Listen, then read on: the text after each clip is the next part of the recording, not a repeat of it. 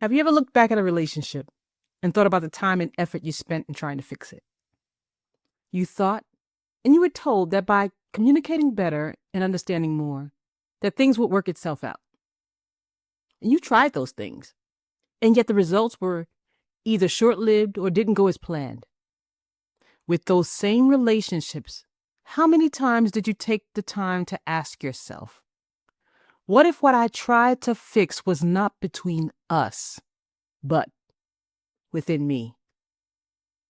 So today, we're going to delve into that perspective of relationships.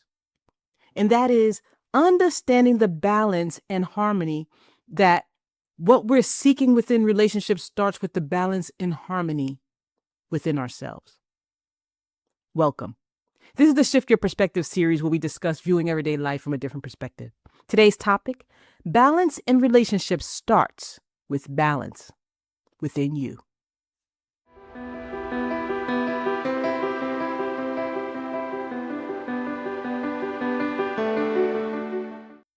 I'm a big proponent on the belief that relationships are meant to teach us about ourselves.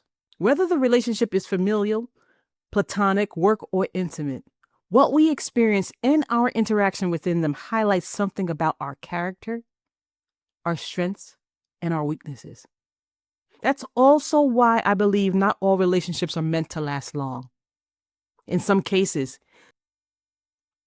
the relationship lasts long enough for us to learn our lesson. In others, we find that we're able to grow and expand together. Regardless, the relationship is still about us, who we are within, and understanding that balance. So when we enter into intimate relationships, as an example, we think we're looking for someone who completes us, versus understanding we're meeting someone and aligning based on the person we are at that moment in time.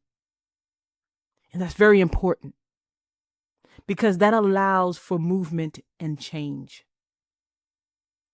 When we are living this life, it's easy to look outward, to notice what someone else is or isn't doing, what they're giving and not giving, and how they're showing up in a relationship. And as it relates to our interaction with them, you can easily identify when they don't communicate enough, they don't understand you, or they don't meet you halfway. Even when that type of imbalance exists in a relationship, how you respond is shaped by what's happening inside of you. Think about it. If you're an overgiver, you may feel more secure when you're the one giving more. If you are the over-explainer, you may need to feel understood to feel stable. If you're the one who lasts longer in a relationship or a situation, it may be because something within you isn't ready to let go. This is where what is happening inside of you is shaping and showing up externally. Because when you're in a relationship, it doesn't just reveal who the other person is, it reveals who you are and how you handle things. It can reveal how you handle discomfort, how you respond to uncertainty, or if you will maintain or lose your own center. But at this point, especially in new relationships, we're not thinking about what we are made of. Instead, it's about how you feel and how the other person makes you feel. Initially, you align because they're filling you and providing you with something you haven't given yourself. Now let's see how this plays out in an example. Let's say you enter a new relationship, not yet knowing that you are someone who struggles with boundaries. You say yes more often than you should, even when you mean no. You adjust your behavior when you feel their tension. And you avoid conflict with the belief that you're keeping things smooth and calm, although you're uncomfortable. If you were viewing this type of relationship from the outside perspective, you may spot that imbalance. However, if we were to take the time to self-reflect, we may notice our own imbalance. You may feel the uneasiness, the tightening in the chest, the constant awareness to be vigilant about change or something unexpected. Because in that moment, You are prioritizing the external peace over your internal truth.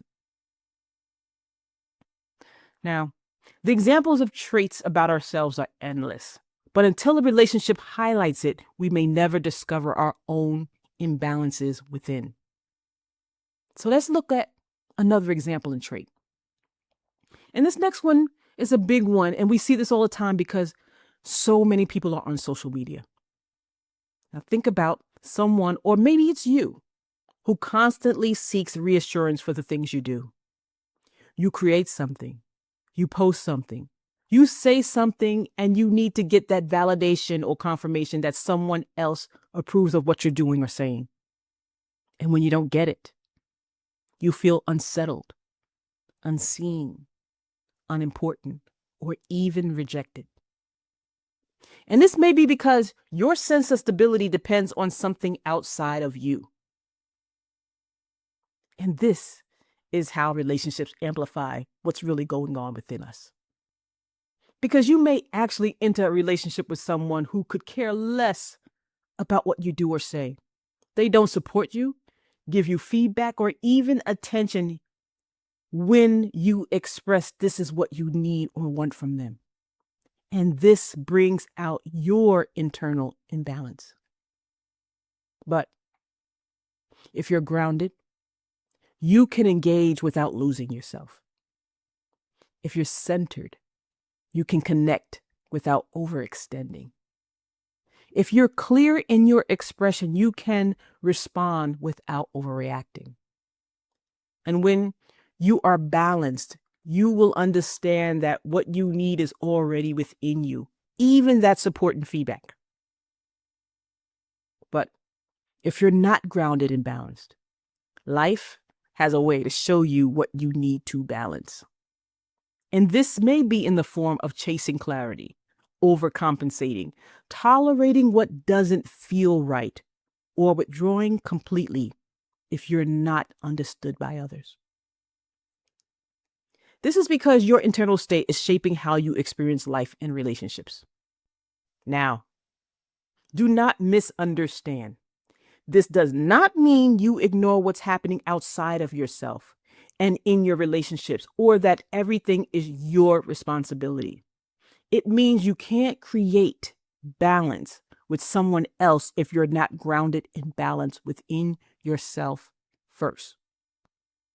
Because you are not just responding to the relationship, you're reacting to your own internal instability.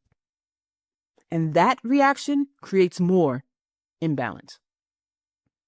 So when you are in a relationship and you notice this imbalance, the idea is to be able to step back and understand what the conflict, struggle, or challenge is trying to teach you about yourself. Is it your boundaries or the need to set some up? Is it your clarity and the need to be clearer in your expression of yourself? Is it your ability to stay present and need to find balance in focusing not only on yourself, but the people within your life without losing your center? Or is it your confidence in knowing you are all that is needed for you to be you? Because when you're balanced internally, you don't have to force balance externally. You recognize what aligns, you notice what doesn't, and you respond accordingly. So when you take the time to reflect, the question isn't, why does this relationship feel off? The question is, where am I out of balance within myself while trying to hold it together? Where am I overextending instead of staying grounded? Where am I seeking stability from someone else instead of building it within myself? Because relationships not only require connection, they require your presence and awareness. And that presence starts with you.